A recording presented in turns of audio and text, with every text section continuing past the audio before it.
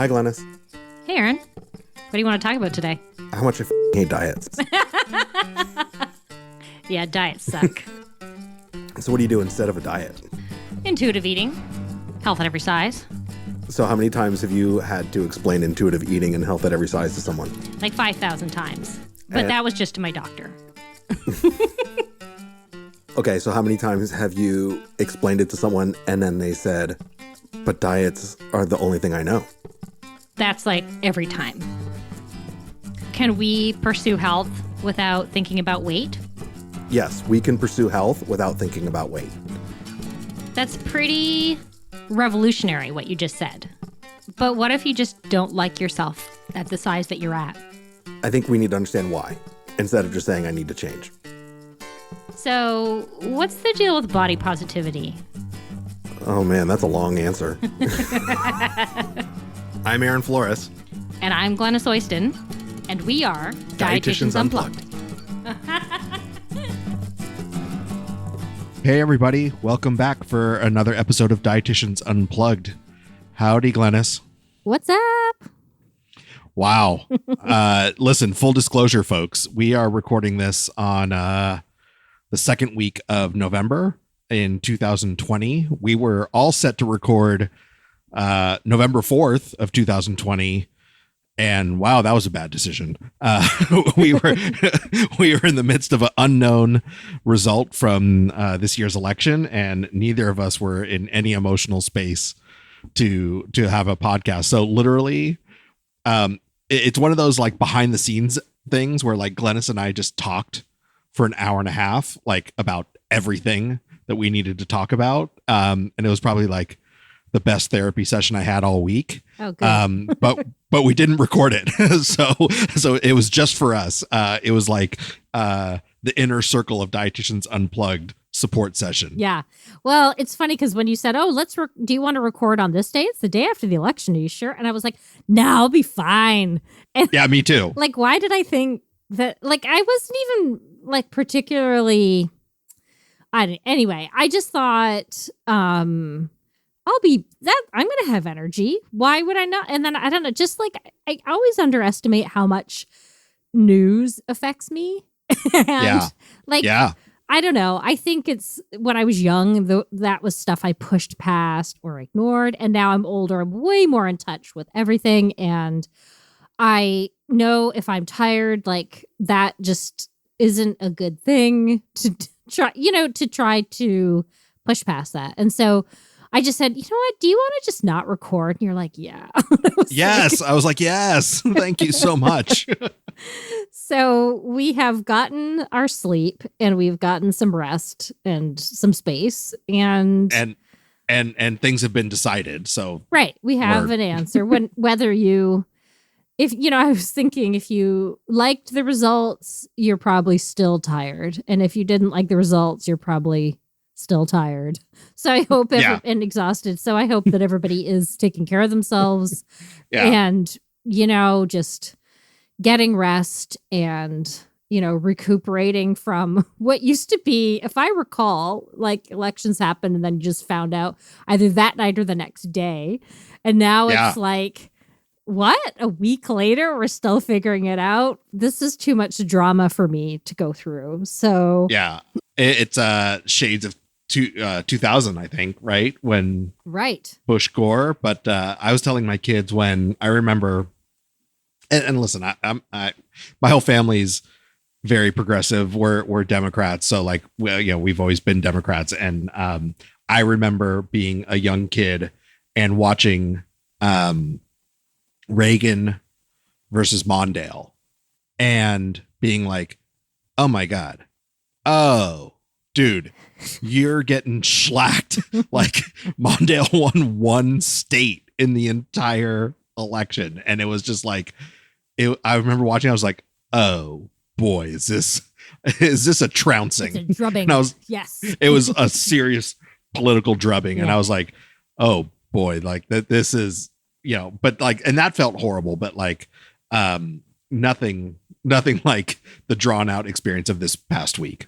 Right. And you referenced 2000 and I still lived in Canada in 2000, but Canada was sort of as we often do, waiting on tenterhooks to hear the election or the results. And I remember that next morning we went out and we bought a Globe and Mail. And that's our big newspaper there, one of them. And and it's sort of like, I want to say it's like our New York Times, essentially. But that morning, the first edition that came out said Gore wins, and they had to reprint it. So I think we kept that edition for a long time, just because, like, wow, what a fun relic or artifact that is. But totally, and it's always, ever since then, I feel like it's getting more and more dramatic. So anyway, it's over-ish, more or less. Right? It's over, Johnny. Right. It's over, Johnny. Like, and it's a great audio clip from Rambo. Y'all gotta listen to. A movie I've never seen. Add that to the list. But I was always more of an Arnold fan than a Stallone fan. Yeah, but wow. I've just for that one audio clip. Just only recently seen The Rockies. Oh my God, it's so good. The original Rocky is so good. Filling in all my missing pop culture stuff. I think the last time we talked, we were talking about what our internet obsessions were, and like I have already found a new internet obsession. Do you have any new ones to talk about? Or well, I want to hear about yours first, because maybe it's the same. So we're putting together. It's almost done. I'm gonna announce it maybe shortly after we finish blabbing on. But our self-care for diabetes course. It's a Hazeline diabetes course, and we have some different modules on different things. We're going to talk about one of those things today. Anyway, in it, we are kind of talking about ways to get to sleep, and it's ASMR. Have you heard of ASMR videos? Of course. I'm going to tap the mic. We'll get all squidgy here. Yeah. We're going to whisper. We're going to whisper the rest of the podcast. So you don't know what ASMR is, which I did not about 6 months ago. It's autonomous sensory meridian response. And the fact that you know what it stands for is even better, because I just call it ASMR. ASMR, nice. ASMR. It reminds me of Lord of the Flies and that character, Piggy. This is like a lifelong sadness for me. I hated that book so much because that character, spoiler alert, you're not going to read it, but it dies. But anyway, he has asthma, and he keeps saying, I've got asthma, and Yeah. And that book had a really devastating impact on me. Anyway, ASMR. This is the tangential podcast today. We promise we're not drunk. But it's basically these sound people that make these videos, and they are doing lots of squidgy things on the mic to make these different sounds, or they might be whispering, or they whisper scenarios. And basically it's supposed to give people like a tingly feeling. That's the ASMR. Yeah. And it's supposed to be very relaxing. And when I first heard about it, my friend sent me one, and it was a guy pretending to be your boyfriend or something. And I was like, this is super creepy, gross. I don't know what is happening here. Turn it off. Well, I found some new channels through research, and actually I'm totally into it now. And it's really so funny, really pleasant to listen to while I'm trying to work and concentrate, and I just can't. And I put those on, and it's just like all these weird sounds that they're making into the microphone. Like, oh, here's a little squishy thing, and I squish, squish, squish it, and then they're like whispering. And I would say I don't get the tingles, but maybe once in a while. But I find it super relaxing. Did you get the tingles when it was the boyfriend one? No. Oh, I mean, not those kind of tingles. I was just like, I don't understand what this is. I'm clearly too old to understand what is going on here. I'm going to turn this off. You're not too old to get the tingles, Glenys. Come on, Glenys. We get tingles even in our old age. Well, the good thing is, if you don't get tingles from one channel, or one type of video, you might get them from another. But I find it super relaxing. So what we were doing earlier, which was like rubbing the mic and like, talking softly into the mic, just whispering stuff is exactly what some of them do. So I'm going to give a shout out to my favorite channels. One is JoJo, ASMR. I think you just find him. I think he's from Australia. And another one is GB ASMR. That's GIBI ASMR.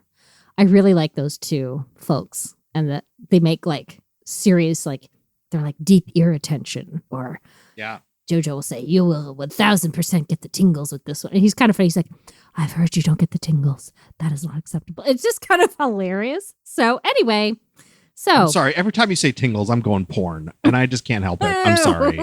So I'm sorry. I don't understand the association, but okay. So anyway, I would say check those out if you're feeling like you need to relax or be entertained or something. So yeah. Nice. But the reason, actually, this is a great segue, because now if this is something that helps people get to sleep, that was kind of what we were going to talk about today, is sleep. Well, I didn't get to share my obsessions. Oh, sorry. Go ahead. What is it? Jeez. All right, fine. No, sorry. What is it?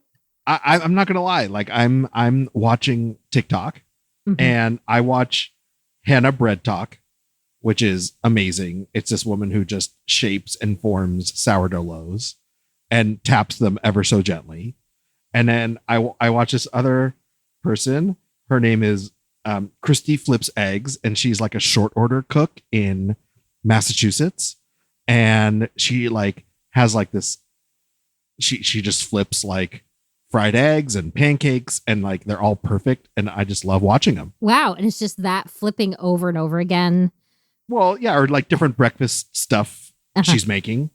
Yeah. And Hannah Bread Talk like just is making different kind of like sourdough loaves, and like will be forming it or like having it come out of like the container. It's just great. Well, that sounds fun. Is it relaxing to watch? Oh yeah. And like, I'm like, I want to make sourdough bread so bad now. Well, apparently that's what everybody wanted to do during this really past seriously year. I didn't understand. I'm always so behind on everything. People are like, have you heard of whatever? I'm like, no, really behind. Late technology adopter, late everything adopter. I hear Have about. you heard of the iPhone?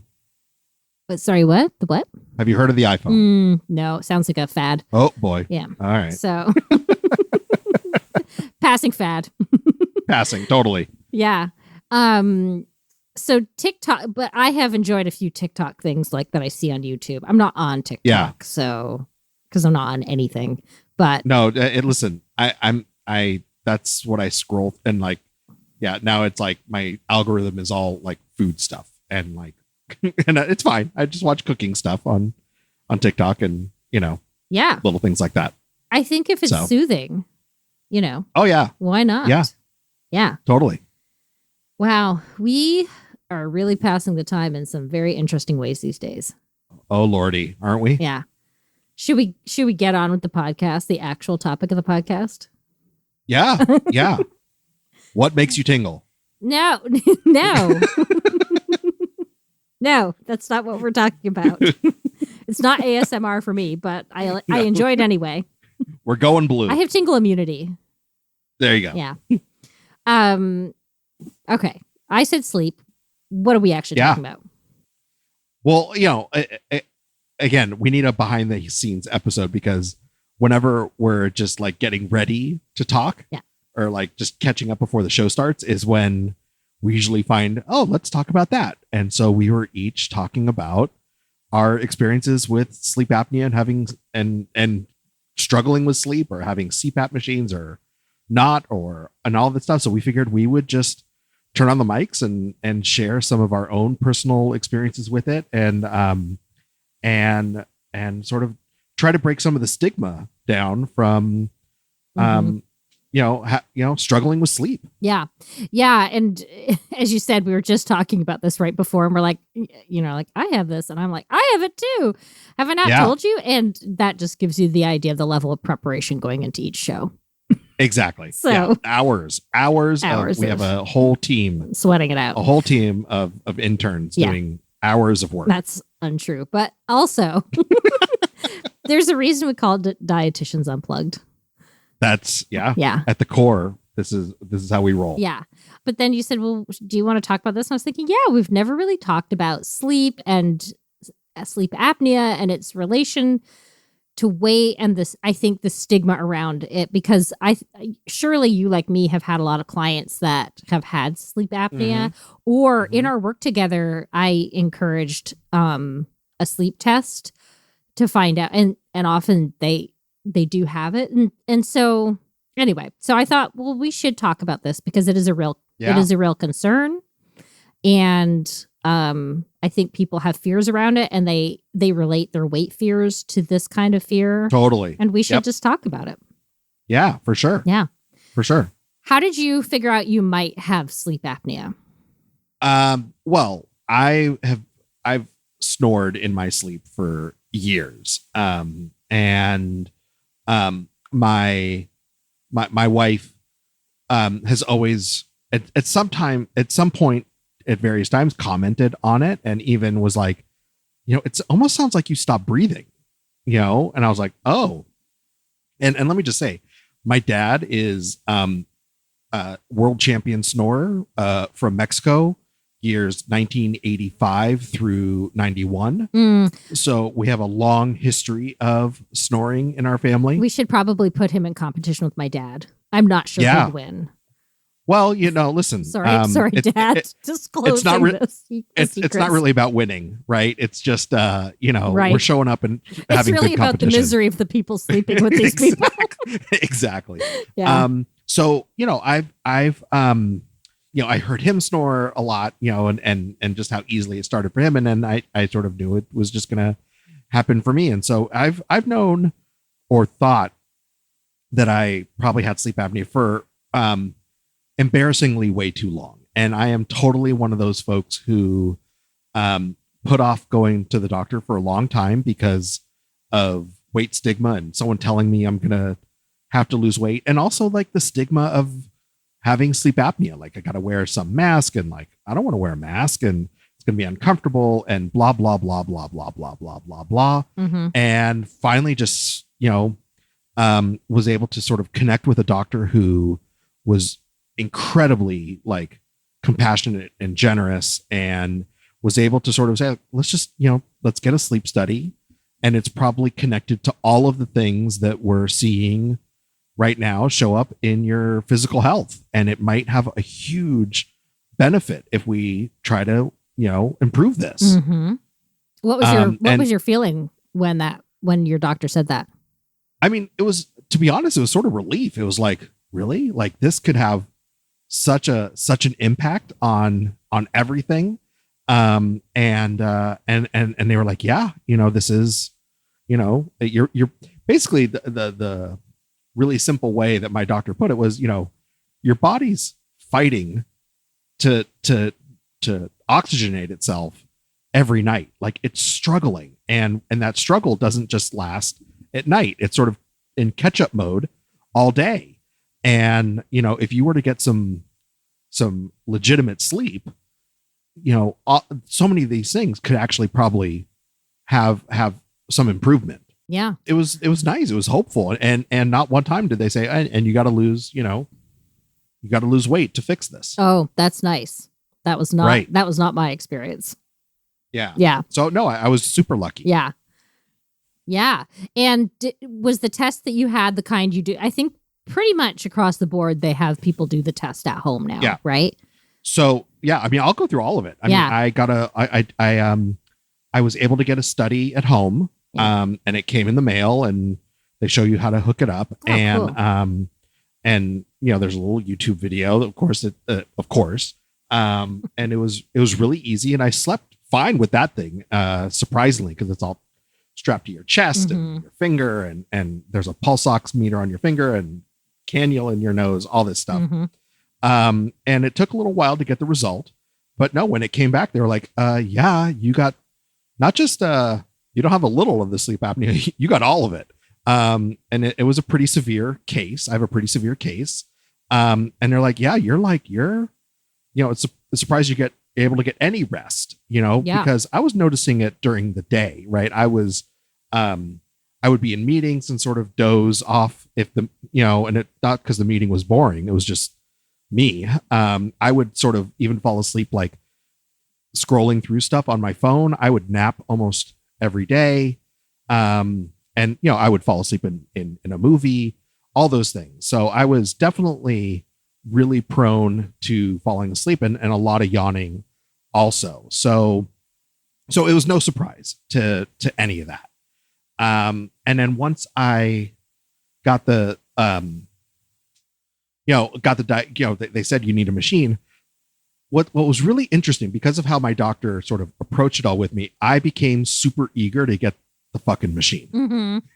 I was like, all right, let's go get this fucking machine. Like, I want to sleep. Yeah. And here's where like the medical insurance world just stinks. It took way too long for me to get the machine, to the point where I actually switched like sleep provider, Wow. suppliers, and I got it, and I had to. The first mask didn't fit very well. Just like it covered my mouth, and actually turns out I'm not, without snoring, I don't breathe through my mouth. I actually keep my mouth closed all night.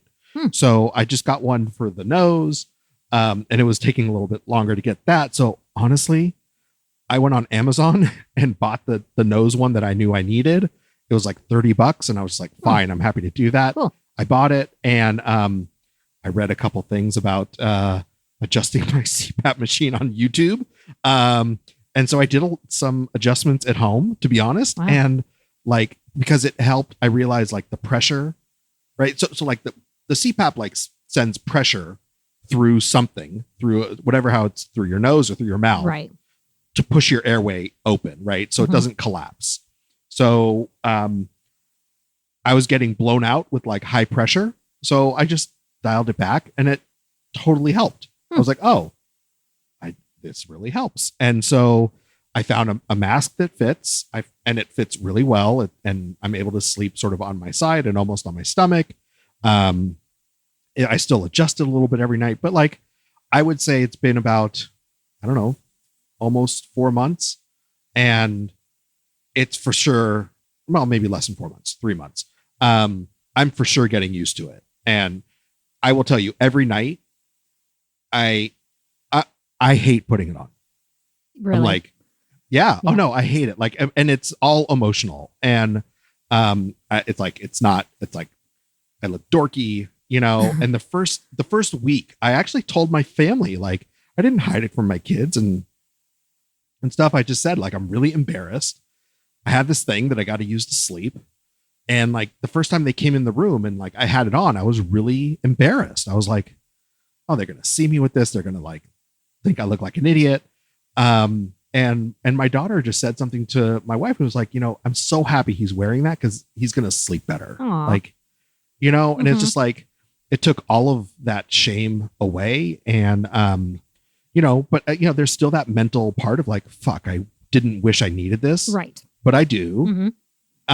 And it's helping. Like, I'm sure my wife is sleeping better, because I haven't snored since I've had the damn thing. She's like, this is the best I've slept in like Exactly. X number of years, right? Exactly. Both Yeah. people are getting, well, I've heard reports of that from clients too, where the client's like, I was embarrassed for my husband to see this, and he's like, no, you're in a better mood now, and I'm sleeping better because you're not snoring. Right. So it can actually benefit just more than one person too. Absolutely. Yeah. So I will just acknowledge, like, there's for sure ego, and like, I don't want this thing showing up, but I still put it on. I'm religious about it. I sleep with it every night.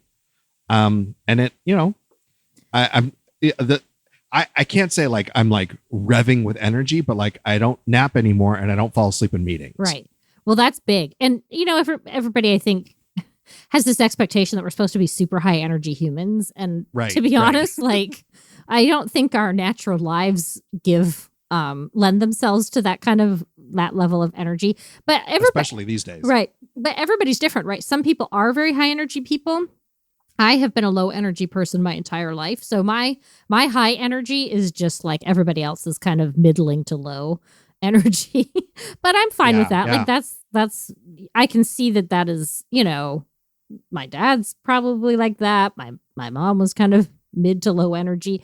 So but the fact that I'm not yawning all day, or I don't, like, I used to, like, 2:00 would come and I'd be like, I have to pass out now. Yep. Yeah, for sure. This all came about because I said before we started recording, I'm like, I just woke up from a nap. And I said, do you take naps? And you're like, I don't need them anymore. I'm like, I don't either, but I still enjoy them. And it was, listen, I enjoy them. Yeah. But it's not like necessary. Right. Exactly. Like, I could have just not had one. And I was like, go ahead and do it. But, and now you're feeling better. And you said something key, which has been, it's a few months now and you're getting used to the mask. I should say that is really important. Like, it can take quite a few months to get used to the mask. Yeah. I think people absolutely. get discouraged about that, which is kind of which was my case, actually. And you know what? Like, which is understandable because there's so many friggin' options. Mm-hmm. And like, it's like you try one, this didn't quite work. You try another one, that didn't quite work. And like, I think part of the frustration is that every time you got to deal with the medical system. Yes. About getting a new one and going back for another visit. And that's like really time consuming and full of, it takes a lot of energy just to do that. Mm-hmm.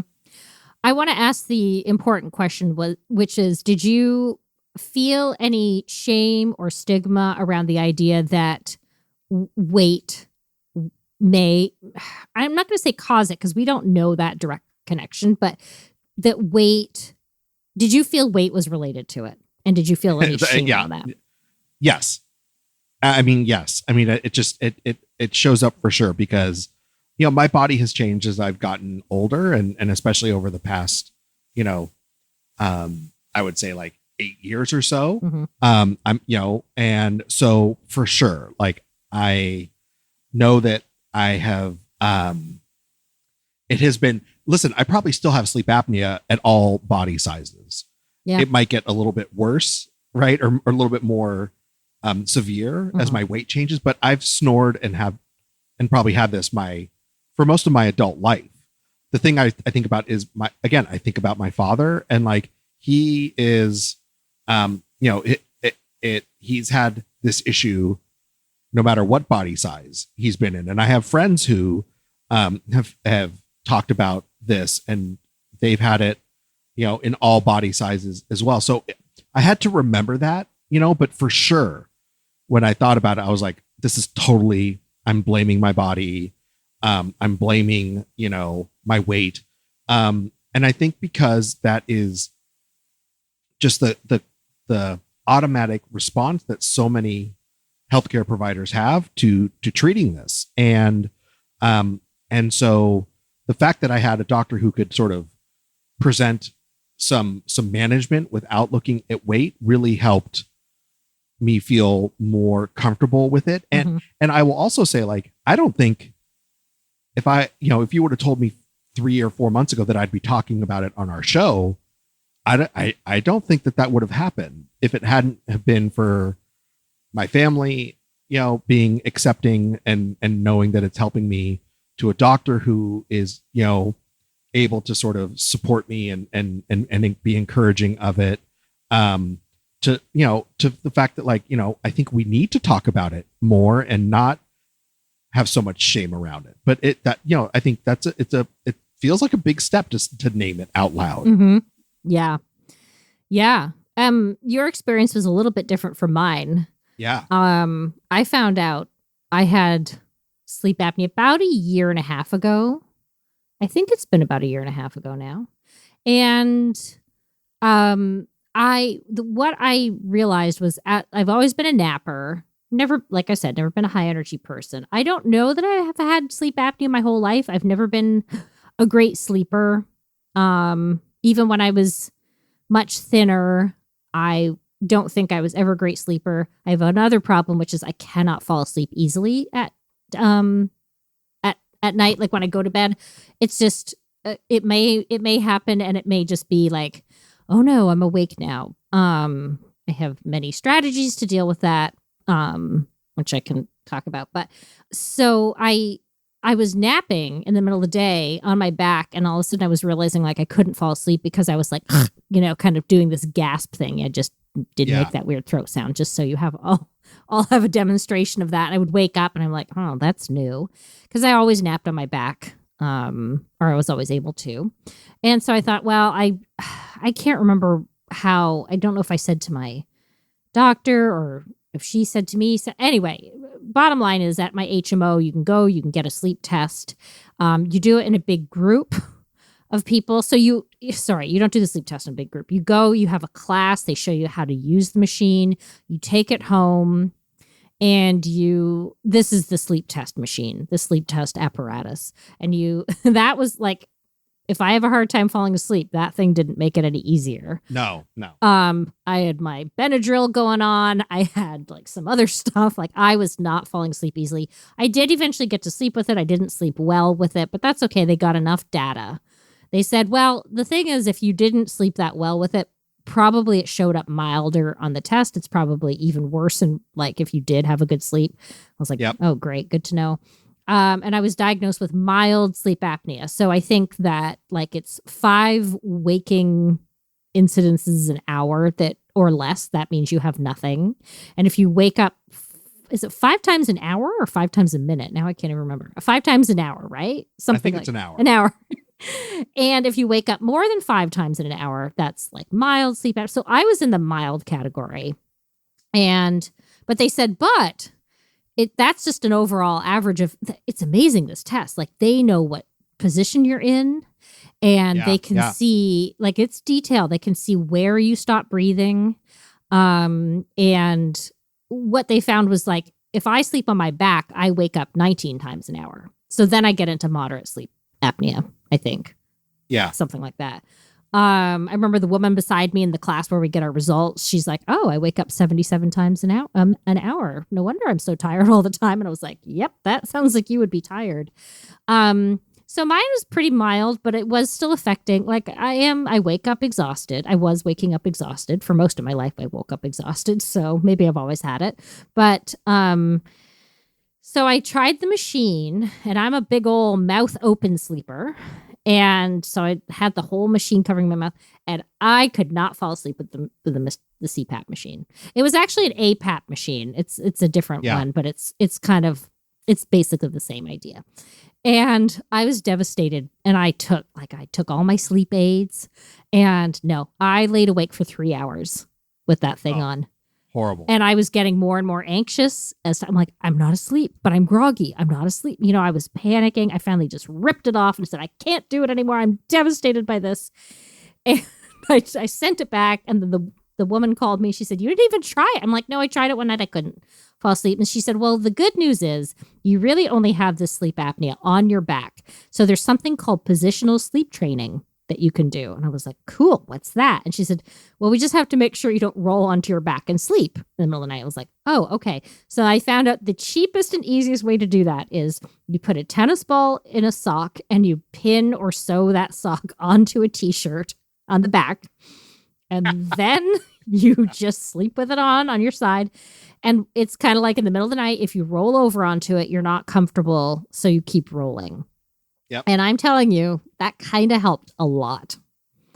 Yeah. So that was... I love like the simple hacks. Yes. Right? It's like, you can... I got to sew what? Onto where? Yeah. Oh, all right. And the pin has only come undone and stabbed me once. So I have a sewing machine. I could fix this situation, but I just haven't done it yet. But anyway, I could like make all sorts of sleep shirts with a pocket on the back or something. That's my dream. But anyway, so that was luckily, I feel very lucky that was my fix. Yeah, that's incredibly lucky. Yeah, because I don't, that's why I would say to my clients, like if you get the test, just make sure you look carefully at the results, get a copy of the results so that if if the machine doesn't work, but so far my clients that have had this have all been able to tolerate the machine. I have a great deal of shame around the fact that I could not tolerate it and I probably should have tried longer, but I just remember thinking like, if I don't fall asleep, like I can't function the next day on my job. I drive at the time I was driving for my part-time job. And I was like, there's just, I'm afraid of getting into an accident. And so luckily there was the fix, for me. And that is probably, they have apparatuses that you can like put on you that kind of vibrate if you're on your back so that you flip. And I was like, it's a tennis ball and a t-shirt. Tennis balls smell bad though. I got to find a different kind of ball. So it turns out tennis balls. Racquetball? Maybe, I don't know. But so I had shame one that I could not tolerate the machine. I still have some shame around that. I just think this would be easier. I could probably sleep deeper, but falling asleep is still a little bit of a thing for me. It's just, I've had insomnia my whole life. It comes and goes, but if there's anything, like I'm the princess and the pea, like if there's anything wrong in my bed, I'm awake. See, yeah. I'm sorry to say, literally 7 minutes and I'm asleep. I am so envious of that. You don't even know how envious I am of that. I know, because I usually watch TV, fall asleep, and then I by the time, usually it's by the first commercial break, I'm out. Oh, no, I can't have a TV on. I can't have noise. I can't have it. And then the other thing that happens to me, and this has happened over the last, I want to say 10 or 12 years, this developed where I fall asleep and I have some kind of panicked dream. Everybody knows way too much about my sleep habits now, but I fall asleep and within, I don't know, somewhere between half an hour and an hour, I wake up in a panic. And it was always like, I've forgotten to take some important medication that I'm not on, and I'm going to, and I've ruined everything. And now it's morphed into, I wake up and I am panicked and I think I've actually died.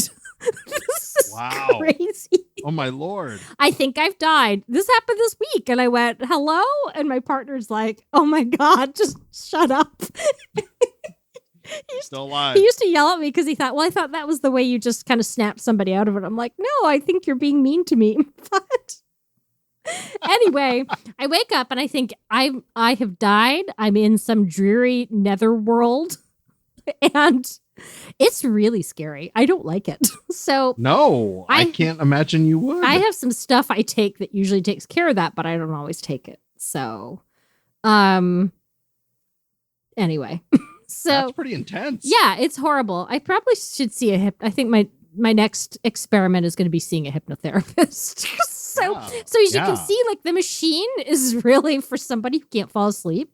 Like this is like, oh, what do you do? So there are other things to do for sleep apnea, which we'll mention maybe at the end, Inspire thing. I'm not endorsing it or anything. I'm just saying, I think there are new treatments coming, but basically, I couldn't deal with the machine. However, I sleep better now with the tennis ball t-shirt.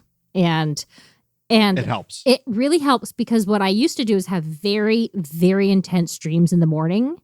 And I would remember them. It would be like a massive epic of a tale and kind of also usually scary because I only have scary dreams. But anyway, and then I don't have those anymore. So I just sleep and then I wake up and I wake up early now. It's kind of crazy. Like it has changed my life, this tennis ball and attached to a t-shirt. I feel like there's like a as seen on TV, like career for you. Yeah. Tennis ball t-shirts by Glenys. Yeah. Yeah. Yeah. Can you not tolerate a CPAP machine? However, if you have the sleep apnea on wherever you sleep, then that's not going to help you. So like in any position, it's not going to help you. I suspect it happens more on people's backs, but there are people who experience it no matter what position they're in. For sure. So that isn't a fix for everybody. I was very lucky, but much like you, every night I hate putting that t-shirt on. I just think I wish I didn't have to sleep with this. I don't know why. It doesn't bother me. It doesn't, it's fine, but I resent it every night and it is emotional, I think. Yeah. And yes, I think that's a good word for it. Like it requires some amount of emotional, like you just got to do this. Yeah.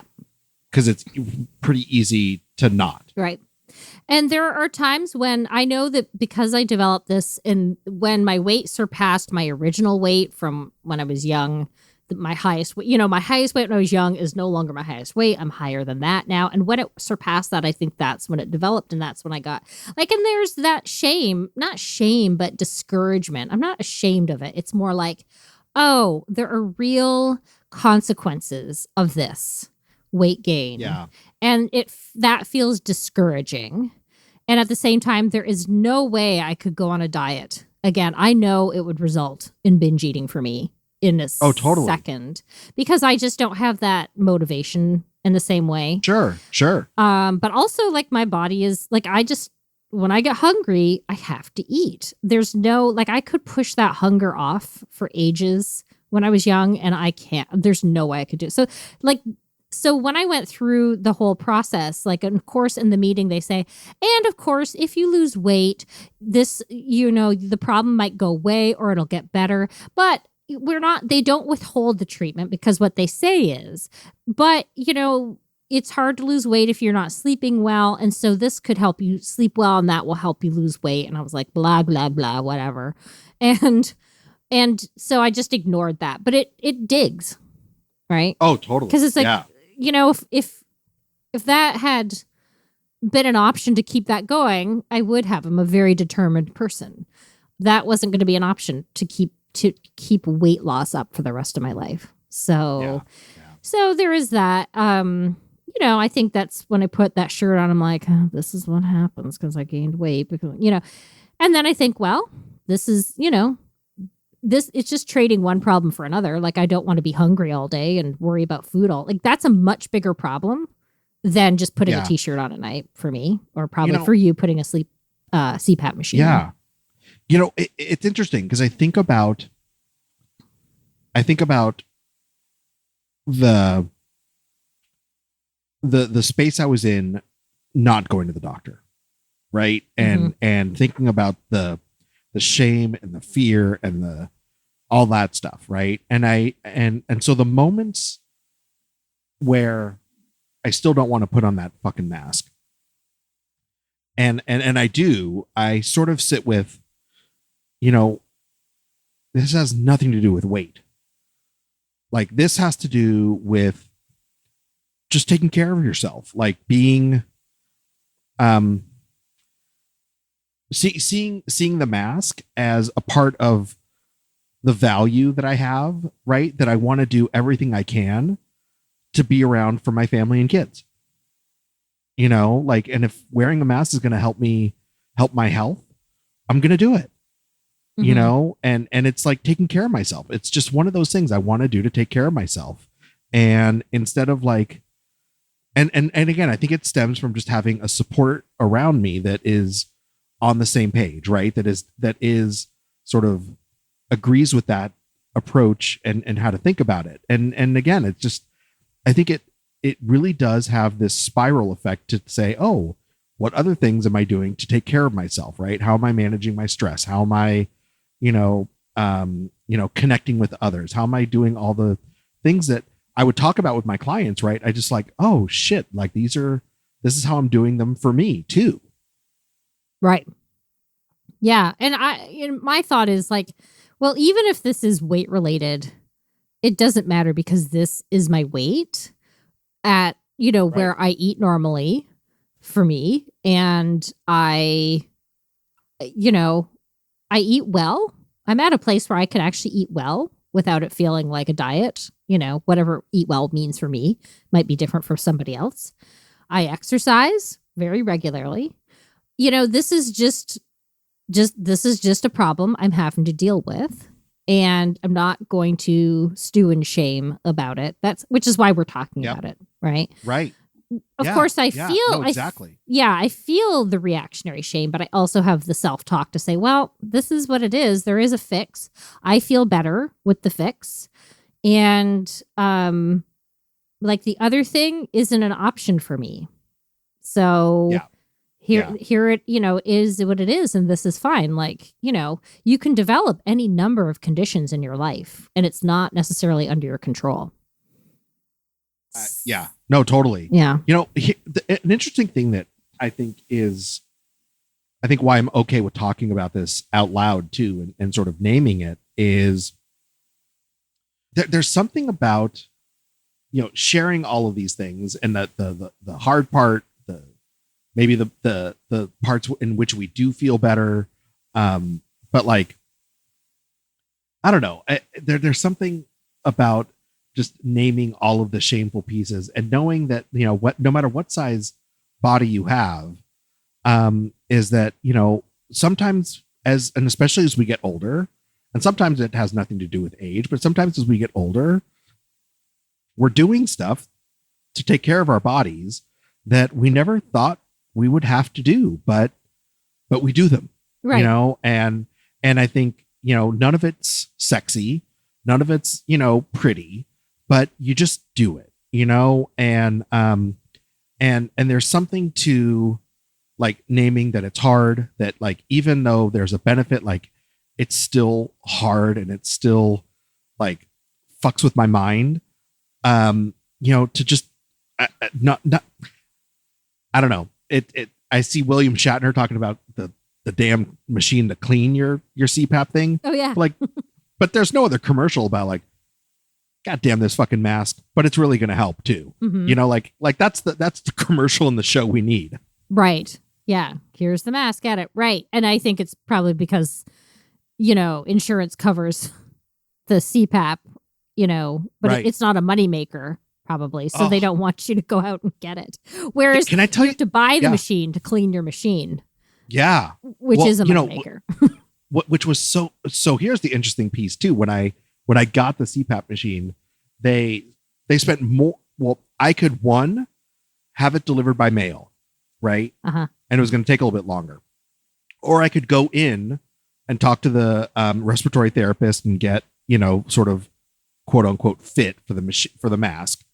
And if I went in, I needed to use it 21 days out of 30 or something like that. 14 days, whatever. If I got it sent via the mail, it was like 26 days, or I had to use it a higher percentage, 80%, right, to show compliance, right, if it was delivered in the mail versus going in to get it. And if you don't meet the level of compliance, right, then the insurance says you're not worthy of having the machine because you're not a good candidate. Good Lord. And you got to send it back. And it speaks to exactly your experience, right? It's like, you know, like you just either, it's like, if it doesn't work for you, like you're a bad person, insurance thinks you're going to fail at this. And you're going to have to buy the machine, which is really friggin' expensive. Or you're going to have to like, you know, muscle through it and like go through all these machinations to sort of make sure it works. Yeah. It's like, that was so infuriating. I was like, I want to use this damn thing. Like, that's crazy, you know, but it still might be really hard. And I didn't have the option for mail. Like I'm part of an HMO and I tend to like it. I'm actually glad I had to go in and take a class, and that actually made me feel good because I get technology at home. I'm like, I don't even want to deal with this. And luckily, I don't think that they had a compliance thing around it either. But I don't know, also because I didn't get far enough along in the process. Like I tried it for one night and that was it. Once, so yeah. she's like, you didn't even try it for the weekend. I'm like, dude, I could not. Like, I could not function on 4 hours of sleep, you know? So, yeah, but that is just like our crazy insurance system. I would say I've also heard of people saying I was diagnosed with it. It was super mild, and my insurance won't cover the machine. And that is just infuriating. Well, it is infuriating because maybe that mild is still impacting that person's ability to feel energetic or rested 100%. The next day, you know? And it might only be 5 times that you wake up. But what my report showed is that I stopped breathing for up to a minute, you know, which kind of felt terrifying to me. No, super stressful on your body. Yeah. If I don't wear the shirt now, if I went away for a week and I'm like, oh, I forgot to bring it. I notice the next day, like I'm exhausted and I don't have a good sleep. And I actually, I now fully wake up in the night going, oh my God, I've just snorted myself awake kind of thing. So it's just, even if it's mild, like maybe you're not breathing for a long period of time. Now, presumably they look at these results and say, well, it's mild, you don't stop breathing for like 2 minutes or whatever. But I don't know. It just feels like, again, insurance should not be dictating whether people get treatment or not. I think that should be a doctor deciding that. Not breathing is not breathing. Yeah, it should be your doctor deciding that. Right? Yeah. So, Yeah. So again, and people say, well, if I just lost weight, I wouldn't have this problem. And it's like that could be, but you're talking to me as a client. You have tried this before. It's not like that you haven't tried that. If that was still working for you, you would still be in a thinner body, and maybe you wouldn't have this problem. I don't know, but like thin people do get sleep apnea. Absolutely. Like that. There were any number of thin people in the class I was in. And it's only the large people being shamed about, like, if you lose weight, it's like, well, why don't the thin people have to go on a diet too, huh? If they just disappear, right, they won't have it either. So, and it's inferior. It was infuriating to have to go through that, because it's like, well, I feel that very few larger people have not been on some sort of diet in their life in modern day America. So, but yeah, it's, the whole insurance model is just, well, we already know this. It's kind of messed up right now. So I guess fight for what you can to get the treatment you need. And that's the frustrating part, right? Yeah. Is how much we need to fight. Yeah.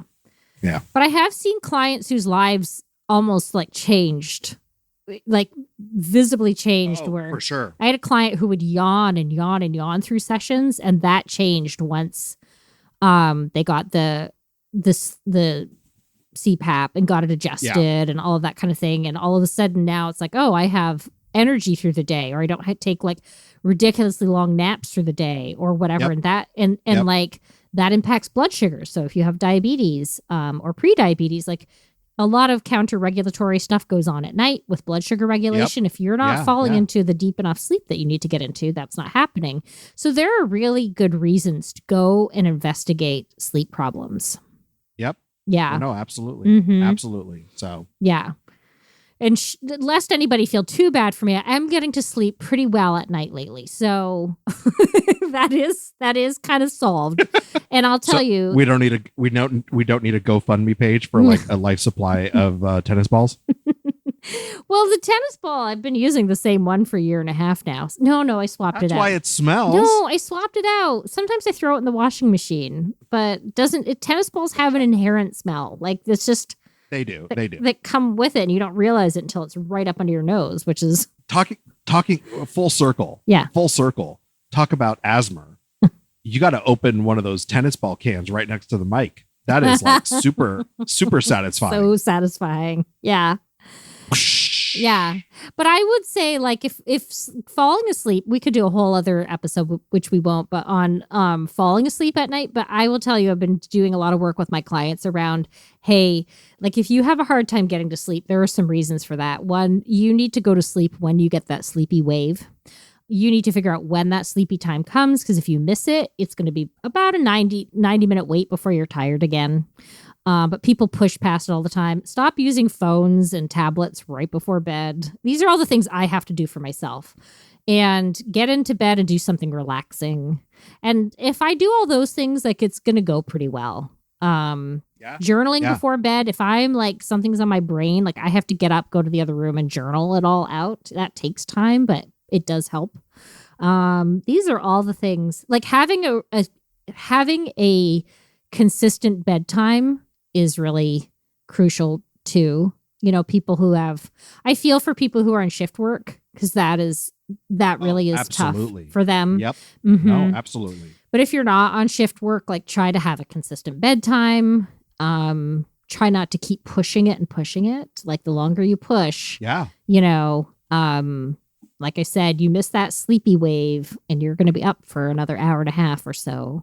For sure. So there's a whole bunch of things that you have to really do if falling asleep is your problem, and it's worth really working on it.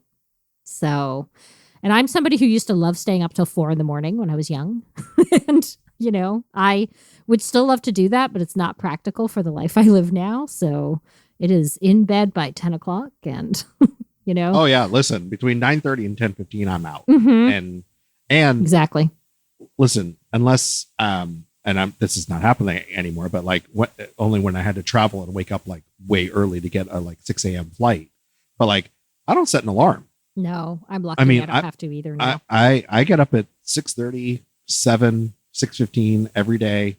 But like, yeah, no, listen, I wish I could offer more sleep advice. I have zero because it's just not something Well, I you're struggle a with. generally good sleeper. Yeah. And also I know people wake up in the middle of the night. That's a whole other thing. We do talk about this in our self-care for diabetes program. I'm going to put a link in the show notes for people who want to sign up to get more information when it launches, I think next month.